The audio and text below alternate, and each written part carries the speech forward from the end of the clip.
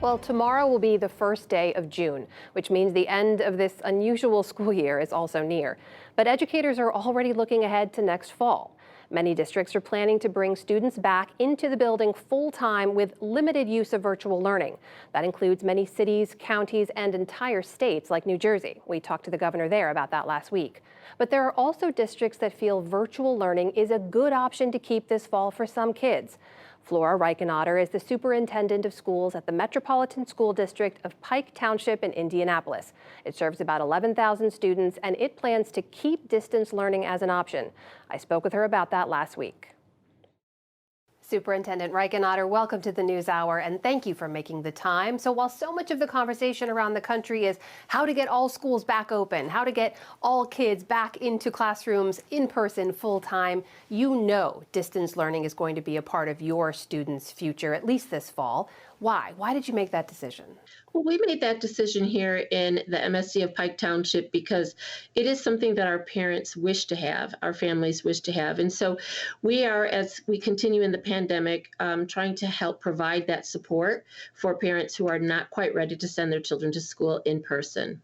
And you did conduct a survey, we should say, of thousands of families in your school district before you made that decision. What were you hearing from them?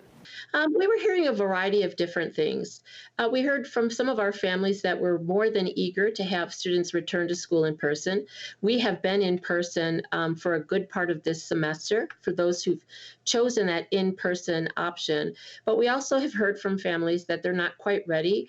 It may be because a child has a health issue that they're still concerned about, or a family member in the home that has a health issue. And so simply by the number of people who have requested, we decided it really was a viable option for at least this next school year. Tell me a little bit about your school district. Describe for me who goes to school in your schools. And, I think the survey showed it was about a third of those that you'd surveyed said they wanted some kind of distance learning option. Does everyone there have a specific health concern? No, not really. Some of it also is just a fear.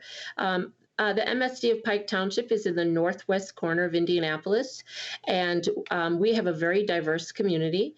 And if we look at even just the statistics in Marion County of those that have been impacted disproportionately with COVID, it is a larger number of Black African American families and our Latinx families. And so we know that there's somewhat of a fear of that in our community. And so therefore we have more families who are just not quite sure if they're ready to send their children to school where there's a lot more people in a smaller space.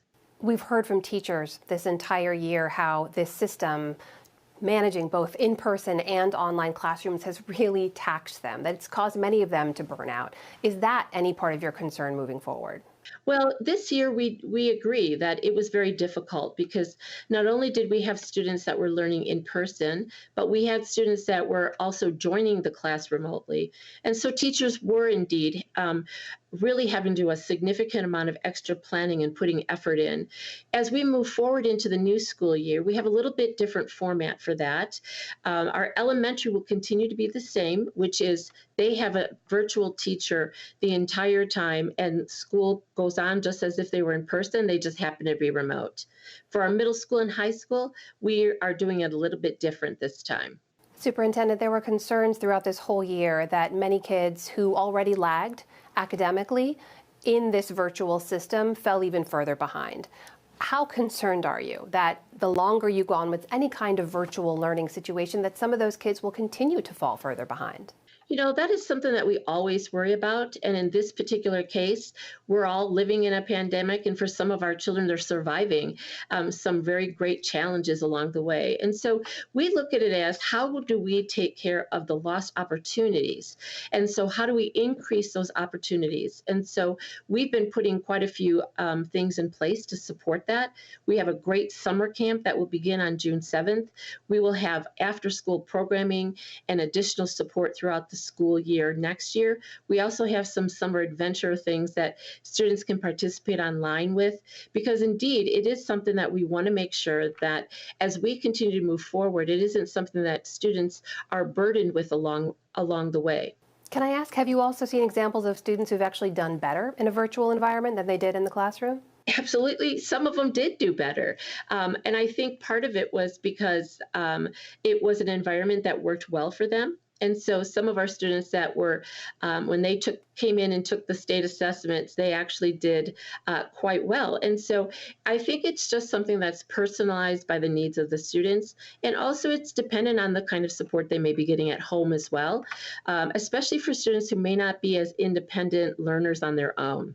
I know you're just talking about the fall now, continuing to offer some kind of virtual learning, but do you think that the way we learn in this country has changed, that there will always be some more kind of virtual or distance learning option available for families?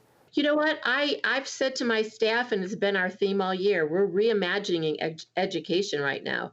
And so, indeed, I think we're going to see some radical shifts along the way. I think there's so many things that technology can offer that isn't just brick and mortars. And so, we are definitely looking at a variety of different options as we continue even beyond the pandemic, because I think we will indeed see lots of changes in the education world. Superintendent Flora Reichenauer of the Metropolitan School District of Pike Township in Indianapolis. Thank you so much for your time and for joining us. You're quite welcome.